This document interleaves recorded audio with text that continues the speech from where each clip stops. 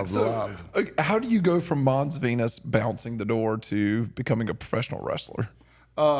When I was bouncing, this guy, Jungle Jim Steele, who didn't really do much, was going to Steve Kern's wrestling school and asked if I wanted to follow. And I was like, dude, I grew up. I mean, my grandmother got thrown out of Fort Homer House Shirley Armory for going after Tojo and Saito, you know, in the aisle. So I've been around wrestling, you know, and the night Dusty won the belt, when we were babies against Harley, me and my brother after the show climbed underneath the chairs and took the program and put it in Dusty's blood on the floor, and we still have it, and I had him sign it and everything. Yeah. So wrestling. Wait a minute. You have a program from 79, 8. with Dusty's blood. Dusty's blood. And then you saved it. Saved it. And then later on, when you met Dusty, Yes. you had him sign it. Yes. So all we need is a ovum, and we can grow our own Dusty. I have the DNA. You have Dusty's DNA. We can make a better one. I don't think you can make a yeah, better one. I think he's gonna make a better one. He's my all-time favorite wrestler. Yeah. Do you know who is this? Yes, I do. Who? Ric Flair. Wow. He watches Tell the you, show. I try. I'm the nicest guy in the world. I get along with everybody. He's just rubbed me the wrong way so many times. So, like when I was in WCW at 19, he was a dick, and he continued to be a dick. You just saw the video at the restaurant. Yeah, I'm talking about in the ring. In the ring, I love what he did. In the ring, he's number 3. Yes. Number 3. Yeah. Okay. I'm going Shawn Michaels, Ricky Steamboat, and then Ric Flair. Are Ricky you? Steamboat. Are you? Yeah. I have a big argument about that. Tell me. Kidding me? Who do you think? Flair's Wait a minute. Yeah. No, those are all pretty fair hands. Mm-hmm. That's the And you got to work with all of them. And so did you work with Steamboat? Mm-hmm. Wasn't he the best? Smooth as silk. Oh my gosh. Why don't people put him on the Mount Rushmore more? I don't know. I don't know. I mean, look at WrestleMania 3. Yeah, no, I think it was just. I mean, he was an excellent worker, but he just never got to that level that Flair did. I mean, he could work. I mean, his work was.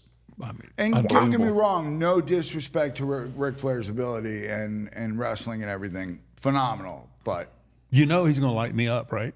Yeah. He's going to light me up. This is funny. You can beat. I mean, I beat the crap out of each other, all that stuff and everything. The only thing he does not like is chops. And I think I remember when you had that match with Blair, you went up to him and you were like, "You got 3." I did. You told him you got 3. You got 3. You got 3 chops. Yeah. Yeah. I ended up letting him have more, but it was just setting the tone. Because you were scared of him.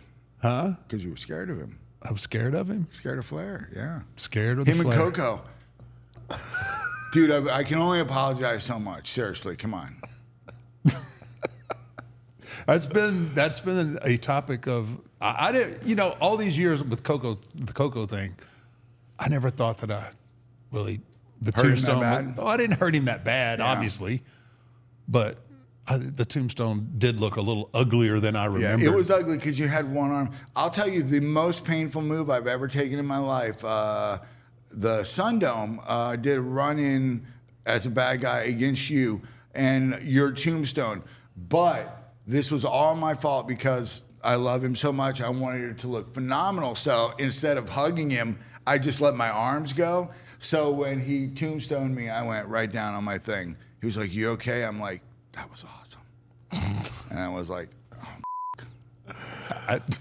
I have so many questions here now. so many questions. Just go ahead, man. So many Throw them out. Okay. Throw them out. Watch out for the birds, though. All right, we're gonna try to stay. You're seeing things now. All right. You go from. So here we go. You're very cold, by the way. Yeah. All right. You go from bouncing at Odyssey and Mons Venus. Didn't we try this once already? Which I've heard. Okay. I've heard of those places. I've never been to them. You go from there to WCW? No, I went in Florida. Luckily, in 88, 89, Florida Championship Wrestling was an actual territory. Yeah.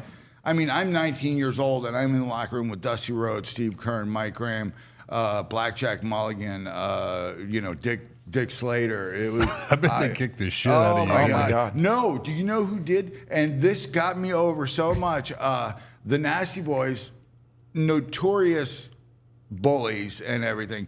They beat the crap out of me for so long. And then the first singles match I had with Slater, I went out there with him and I fought him, and he came back and he was like, "Thank you for fighting me." I was like, "What do you mean?" He goes, "Well, people get scared with me in there and then I have to eat them up." I was like, "I just thought you were supposed to get you and Brody. I just thought you were supposed to get your ass kicked, Right. for years." So the Nasty Boys, through their bulliness, They killed kind you. of made me tougher. Like then I went to Japan because Tarzan Goto would kick me in the head so hard that it left his shoe prints on my forehead, and he thought that was hilarious. So he brought me over for FMW when it started. And at that time, it was like Onita and that. It was semi-wrestling, and then there was shoot guys. So they put this 19-year-old right out of college kid in with Olympic Sambo champion, speaks no English. Got in there, tried to do some stuff, didn't do it, and then he just starts chucking me and chucking me and chucking me. I'm like, all right, I got to do something. So I rolled out of the ring, and I was selling a little bit, and he came. I grabbed a chair. I beat the shit. I kept hitting him with the chair until they disqualified the match. And then I got in the back. I'm like, all right, I'm either going home or getting my ass kicked. He comes back bloody. He was like, "Oh, that was so good. Thank you so much." Was that racist that I did the voice? The voice? Yeah. It was a semi-racist accent. Yeah. So that, and then I did Memphis I was Leatherface and Tex, and then WCW. Dusty got me dark match and hired me and Henry, Shanghai Pierce, Tex and Shanghai, and then Shanghai went up a year before me. I went That's to Mark. Japan. Yeah. Okay. I went to Japan and Puerto Rico. That's where I met MVP. And then they brought me right back up. So When did y'all, was Memphis when you guys? No, I didn't meet him until since I met him in a bar. Yeah. And then I Yeah. didn't see him again until he Till- came up as yeah. Phineas. Oh, okay. Yeah. So, And the first night I'm there, it was the Rumble, and I'm in the locker room, and it was Mabel did that sit out on Henry and hurt Henry really bad. So I'm in the locker room, and you are going friggin' off on Mabel. I'm like, holy crap. Yeah, that was not a good night for Mabel. No? Or great. I love the story about the man. I was like, he said, "We're bringing Mabel in." I'm like, "Why the are we bringing Mabel in?" He goes, "So we don't have to work with him." I went, "You're a genius, dude." That's why I run the show. Yeah. But yeah, and battle royal situations like a Rumble is. Yeah. You don't do things like that. You don't Shoot 'em off the splash. rope. You don't shoot people off. Yeah. That was what was so funny about the Owen rib in the battle royal. Yeah. He would shoot somebody off and then just leave, and then somebody comes off. It's just the battle royals, Rumbles. Especially like overseas Yeah. battle royals. They're clusters. Yeah. They're overseas. Back in the day, Do you remember it was the just daisy chain? It was no, I don't. I don't remember it that at all. But it was an excuse for haha. Yeah. Silliness but you just you don't shoot people off, and you don't splash, and you don't do things like that. Now in a Rumble, when it gets down to 2 or 3, that's a whole different. It turns into more of a traditional match. But No, none of my battle royals or Rumbles ever got that far. got that far. so you end up getting to WWF, WWE, and you go there with the intention of you and Henry Godwin are going to form this tag team, right? When I was in Memphis, Lawler pulled me in into one of the little offices and said tomorrow they're flying you up and they're gonna bring you up with your partner. You need to go buy overalls and that, and then I went, and then it was Rumble, and then the next day we made our debut on Raw, and the rest is history, as they The say. rest is history. The Godwins But were yeah, born. The Godwins were born. I mean, I came into, like, if you want to talk BSK, Who put your card on the table? That's still a mystery to me. I came in with kind of a leg up because Henry was already, hanging with him and everything. But Yoko sponsored me. It was and at that time, and he knows, back then I drank a little bit.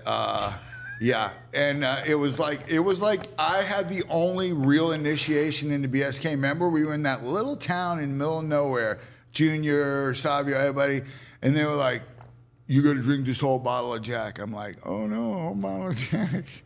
When he's usually drinking Wild Turkey. Yeah. I just had the Traveler, Chris Stapleton's new bourbon, not bad, Not bad. cheap. Yeah.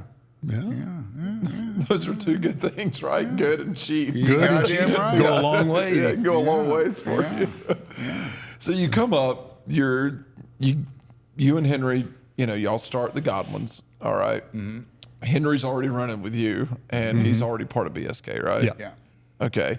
So was Yoko just a bad decision maker to make this happen? Or did he just have a bad judgment? Horrible. He had horrible judgment. Horrible. See, this is what happens when you get by yourself and you've had too much to drink, and then somebody comes on and is nice, and then he's like, well, he's friends with Mark. He's got to be okay, He's right? gonna be a good guy. Little did Yoke know. Yeah.